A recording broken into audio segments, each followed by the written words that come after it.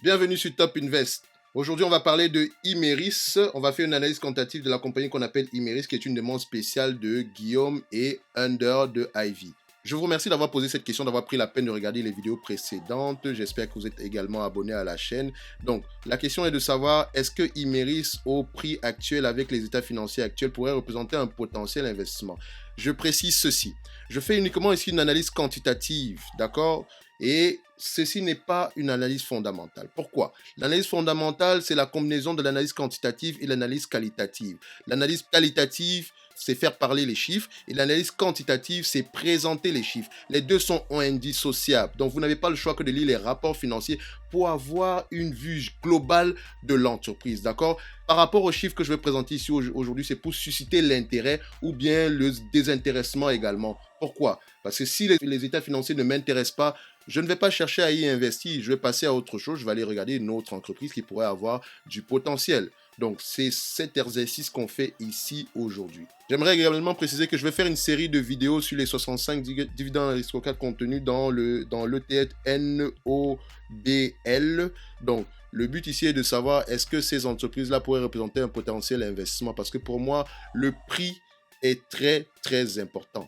Le prix est très important. Le dividende ne m'intéresse pas, c'est la cerise sur le gâteau. Mais si je paye une entreprise au-dessus de sa valeur, je sais pertinemment qu'à long terme, je perdrai de l'argent. D'accord? Donc, restez connectés. On aura des 65 vidéos au courant du mois de janvier, donc de préférence les 2 premières semaines. J'espère le faire le plus rapidement possible. Donc, sans plus tarder, on va sur Imerys afin de pouvoir voir qu'est-ce qu'on peut en tirer en date d'aujourd'hui par rapport aux états financiers qu'on a.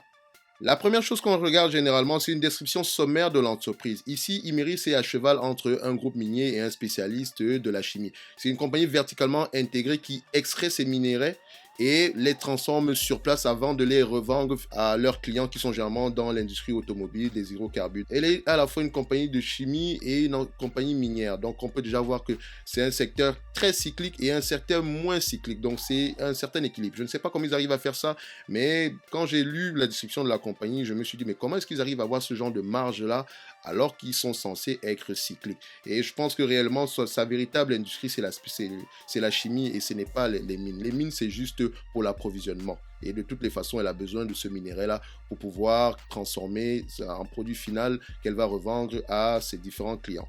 Donc, la première chose que je regarde ici, généralement, c'est le revenu. On recherche la stabilité ou la croissance des revenus sur une période de 5 à 10 ans. Donc, ici, si vous regardez en décembre 2020, qu'est-ce qu'on observe? Sur 5 ans, j'ai une variation de moins 1,45 et sur 10 ans, j'ai une variation de positive de 1,27.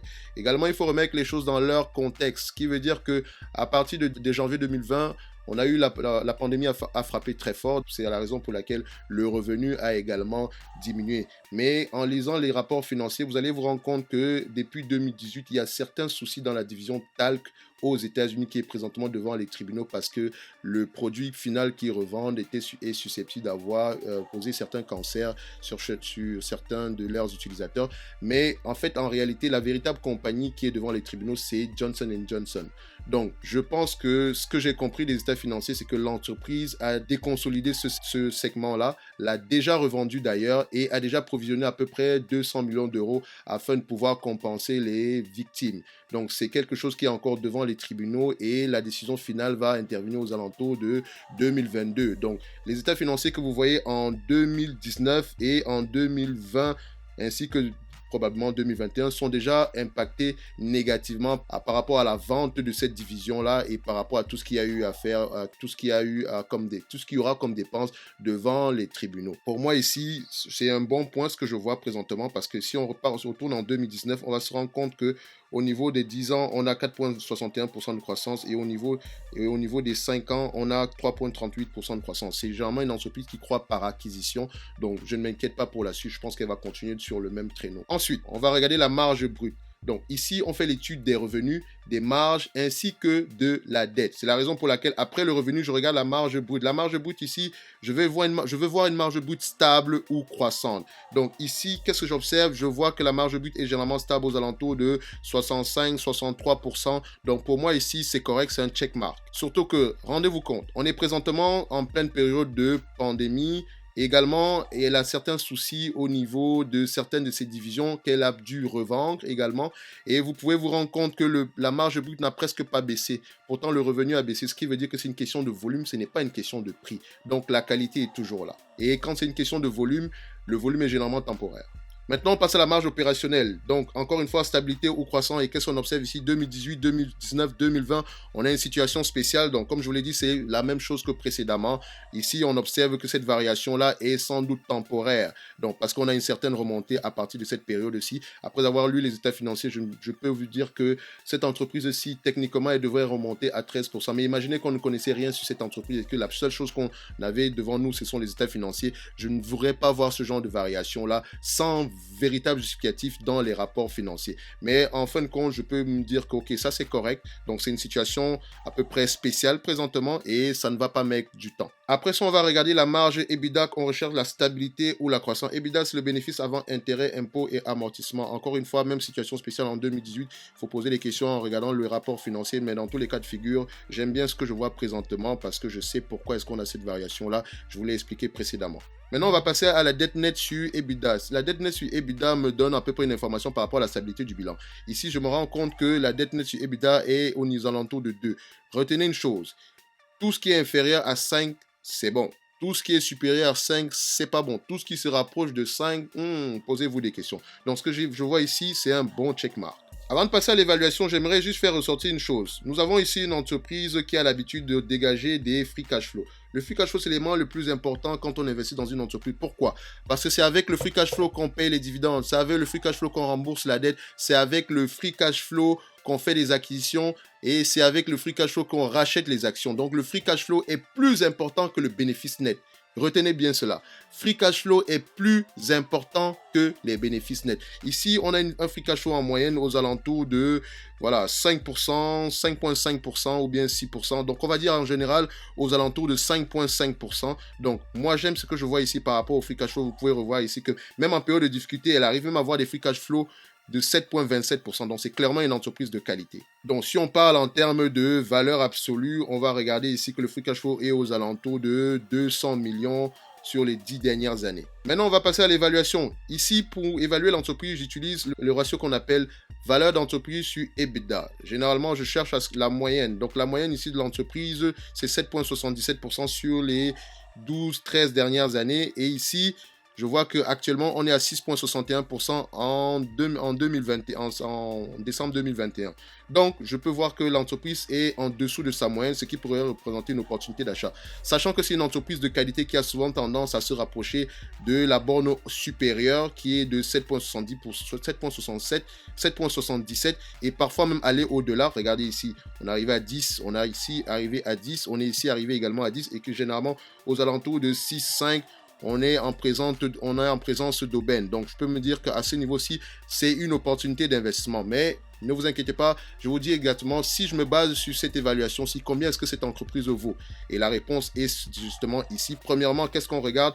On va identifier 17% pour l'EBITDA, d'accord? 17%. Et 17% multiplié par 4 milliards 500 étant le revenu. Donc, vous allez regarder ici que le revenu n'est pas réellement de 4 milliards 500, mais l'entreprise a le potentiel d'arriver à 4 milliards 500. Le management espère arriver aux 4 milliards 500 d'ici les 2-3 prochaines années. Moi, mon objectif, c'est sur 5 ans. Donc, 2-3, c'est parfait pour moi. Donc, 4 milliards 500, c'est tout à fait correct. Donc, ici, 4 milliards 500, 17% de 4 milliards 500, c'est aux alentours de 765 millions. Donc, si on fait 765 millions multiplié par le multiple par 8 fois les EBITDA, ça nous ramène à 6 milliards 120 millions. 6 milliards 120 millions ici, moins la dette. C'est très important. La dette ici, la dette nette, je précise, ça nous donne à peu près une valuation des equities aux alentours de 4 milliards 578 ici. Donc, si on divise par le nombre d'actions disponibles ici, qui est de 84 millions à peu près, on a ici une valorisation à 54 euros. Ce qui représente une potentielle croissance de 55% au prix actuel qui est de 35,60 euros.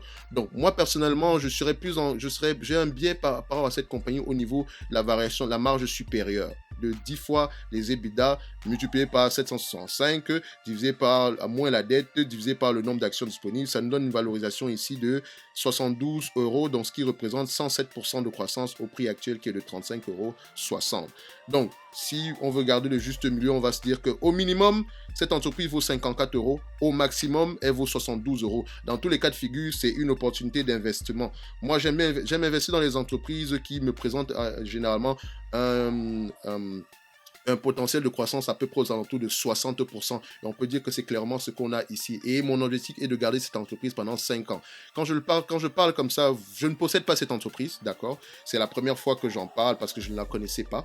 Donc, c'est clairement une entreprise sur laquelle je pourrais investir. Je pourrais bien mettre, disons, 2-3% de mon capital sur cette entreprise-ci parce que le potentiel est là. La qualité également est là et je suis certain que le management peut faire des bonnes choses parce qu'elle a déjà eu à prouver par le passé. Donc, c'est ce que j'avais à dire par rapport à cette compagnie-ci. Je précise juste une chose.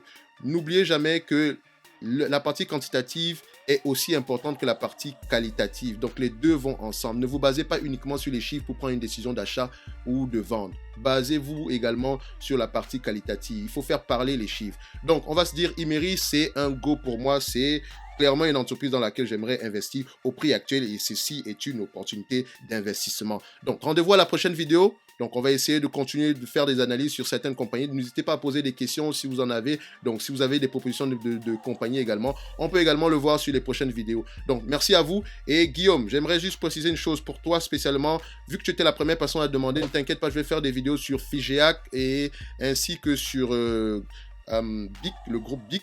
Et il y a une entreprise également, que je pense que c'était le groupe Gorgé, donc on va également faire une analyse par rapport à celle-là. Donc ça, c'est juste spécialement pour toi. Donc n'oubliez pas, restez connectés, branchez-vous sur la chaîne, commentez, partagez et surtout essayez de faire la même chose que moi afin de pouvoir développer les automatismes. On est surtout ici là pour apprendre. Donc je vous souhaite une excellente journée et rendez-vous à la prochaine vidéo. Au revoir.